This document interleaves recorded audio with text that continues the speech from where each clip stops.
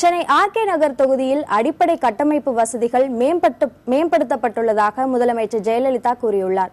தனது சொந்த தொகுதியான ஆர்கே நகரில் காசிமேடு, தண்டையார்பேட்டை, எண்ணூர் உள்ளிட்ட 5 இடங்களில் வேன் மூலம் முதலமைச்சர் வாக்கு சேகரித்தார்.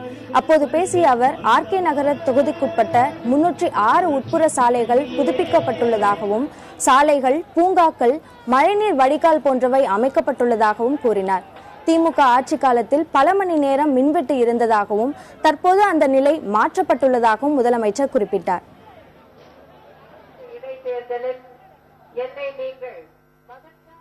பெண்களுக்கு ஓட்டுநர் பயிற்சி அளிக்கப்பட்டு ஆட்டோக்கள் வாங்க மானியம் வழங்கப்படும். மதுவிலக்கு படிப்படியாக அமல்படுத்தப்பட்டு பூரண மதுவிலக்கு என்ற நிலை எய்தப்படும்.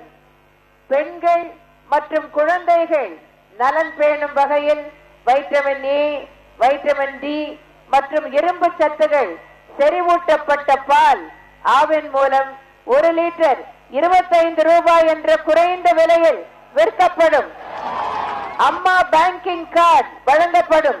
இதன் மூலம் வட்டி இல்லாமல் வாரம் 10 ரூபாய் சுலப தவணையில் திருப்பி செலுத்தும்படி 1000 ரூபாய் வரை கடன் வழங்கப்படும்.